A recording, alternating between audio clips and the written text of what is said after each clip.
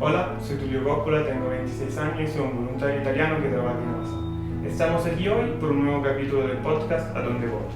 Tenemos la suerte de entrevistar a María y Octavio. Hola, ¿cómo estás? Hola, ¿cómo te va? Nos empezamos contando un poco de dónde sois, cuántos años tenéis. Mi nombre es Octavio Betancourt, soy colombiano de Candelaria Valle. Mi corregimiento se llama Villa Gorgona. Tengo 62 añitos.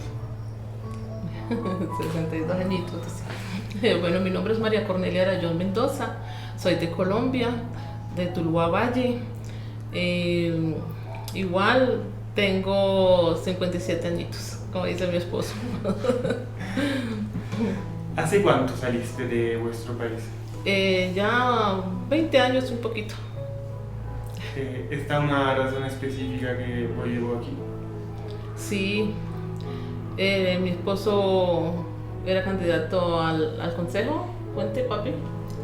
Sí, fui candidato al consejo en el municipio de Candelaria. Recibí amenazas por un grupo y me tocó que emigrar, me tocó que salir por los cañales, otras partes por las carreteras, hasta que me dijeron que aquí en el Ecuador había refugio y me vine para acá, para el Ecuador. ¿Y de qué se ocupaba en Colombia? En Tuluá Valle tenía un taller de calzado. Tenía un taller de calzado con empleados y todo. O sea, yo hago y reparo calzado, guachompa, billeteras, correas. Y me tengo que, o sea, aquí llegué de Misericordia, me tengo que dejar todo botado para llegar aquí al Ecuador. ¿Por qué dejaste todo una vez que...? Claro, nos tocó llegar así, dejamos todo. Pero no lograste llegar al consejo, solo como candidatura. Sí, candidato, sí. ¿Y esta una razón para que empezaron a amenazarla? Sí, o sea, porque siempre trabajé con la gente humilde, con la gente pobre. Y entonces, ese fue en el tiempo de los diputados y me tocó que emigrar para acá. Sí, porque que me mataron dos hermanitos y me tocó que venirme para acá, abandonar el país, dejar todo y llegar aquí, o sea, así sin nada. Y le hablaron del Ecuador porque era un país que aceptaba refugiados y vos ayudaron para llegar hasta aquí. Okay. Y ese era el país más cercano que estaba el nuestro en ese momento. O sea, no, así como ayudarnos para venir, no, nos tocó que venirnos, como le digo, por los montes, para favorecer la vida. Y ha sido duro, mejor dicho, duro, dejar uno todo, dejar su país, su familia, sus hijos, sus nietos, todo, y venir a un país ajeno es duro. Y nosotros como colombianos, duro, muy duro. Sí, es muy duro salir uno de su casa, y más con este color caribeño que uno tiene tan bonito, que piensan que todas las personas que somos con este color bello que tenemos, antes uno llegaba y preguntaba una dirección y la gente cogía el bolso así y se iba rapidito, o llegaba uno y tocaba a pedir un arriendo o algo, y no, colombianos no, negros no, pum. Y eso era una cosa muy horrible. Ahorita ha cambiado un poquitico, no mucho, pero sí ha sido una cosa muy difícil. Mucha discriminación, mucha xenofobia. ¿Y cuándo decidiste por la candidatura? ¿Ya se sabía que podría pasar esto o no? No, pues lo que pasa es que como pues, uno líder comunitario y todo eso, siempre ha estado en este cuento de la política, entonces pues tuve la oportunidad, pero yo sabía que esto se avecinaba. Sí, Claro. era un riesgo concreto ya. Sí, un riesgo, claro. Y pues yo ni fui a contar los votos ni nada, yo como recibí las amenazas y todo, yo ahí mismo, o sea, yo no me di ni cuenta cuántos votos saqué ni nada de eso, porque a mí me tocó que venirme güey de inmediato. O es la vida o es la vida. Sí, por lo menos tuve de Cabullá a la Candelaria y de Candelaria ya a Tuluá, y además que todo donde recibió fue la mayoría de amenazas. Más o menos el viaje, ¿cómo fue? ¿En bus o caminando? Sí, o sea, una vez caminando y otra vez así los buses que lo traían a uno, cualquier camión. Hasta que, bueno, encontramos una persona y nos dijo, vean, el Ecuador están más tranquilos con su vida y ya calma un poco más el riesgo. ¿Y cuándo saliste del país? ¿Ya habéis pensado de venir aquí en Ecuador o así durante el viaje hablando con otra gente salió esto pensiero? Sí, nos dimos cuenta que acá pues lo recibían a uno y como países hermanos, que este país tenía refugio y todo, y nos dirigimos acá a las entidades que... El Ministerio de Relaciones Exteriores. El Ministerio de las Relaciones Exteriores, con documentación, todo. Y bueno, nos atendieron ahí, nos estuvieron ayudando en unos días.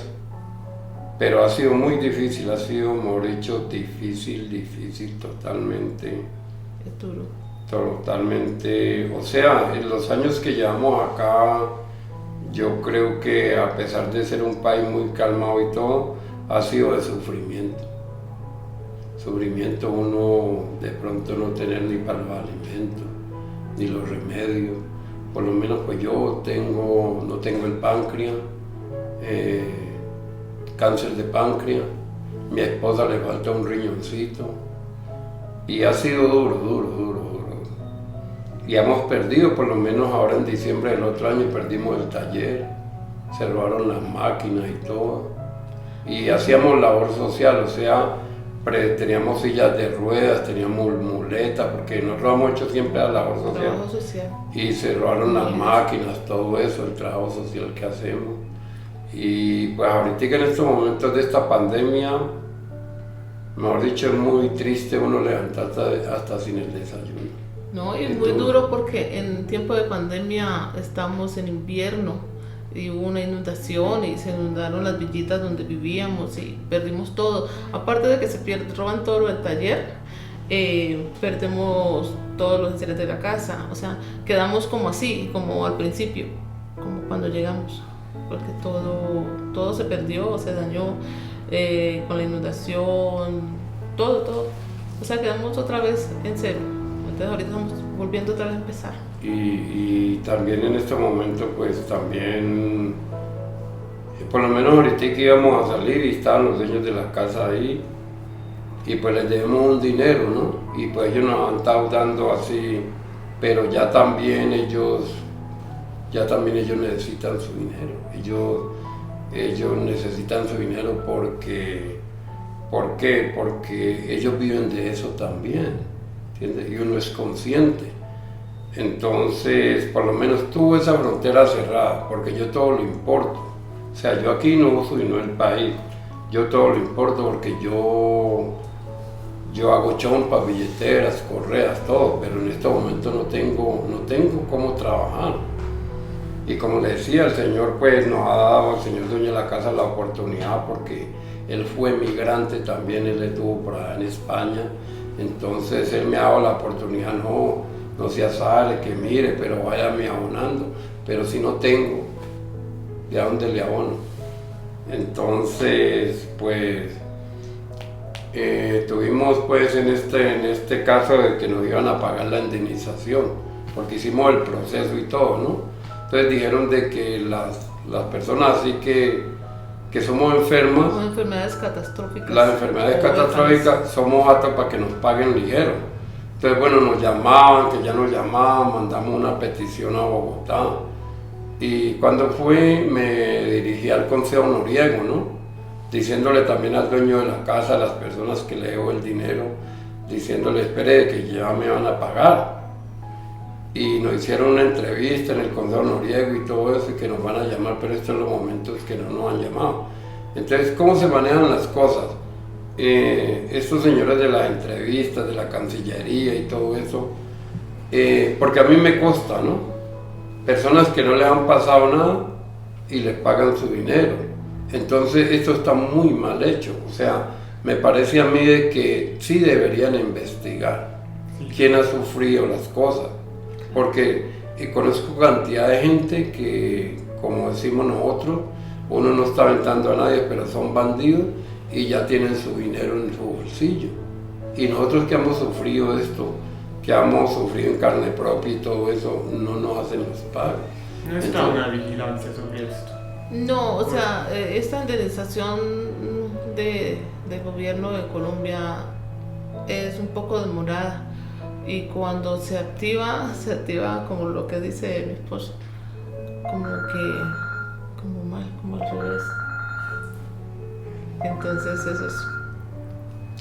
Claro, es muy duro,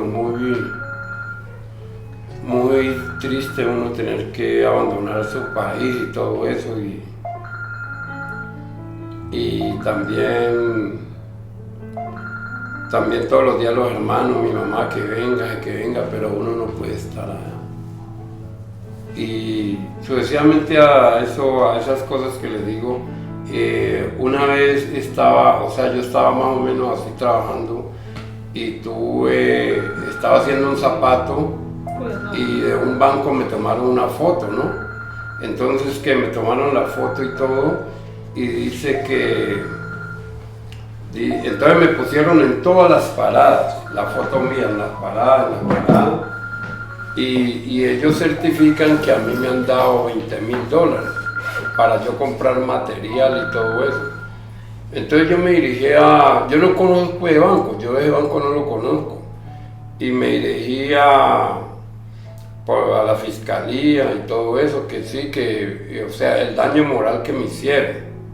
Y a base de eso a mi esposa, como yo salí en las pantallas y todo eso, que me han prestado los $20,000, a ella la subieron en un carro y la iban a matar y todo eso. Y comenzaron también a extorsionarme, que les diera la plata y yo esa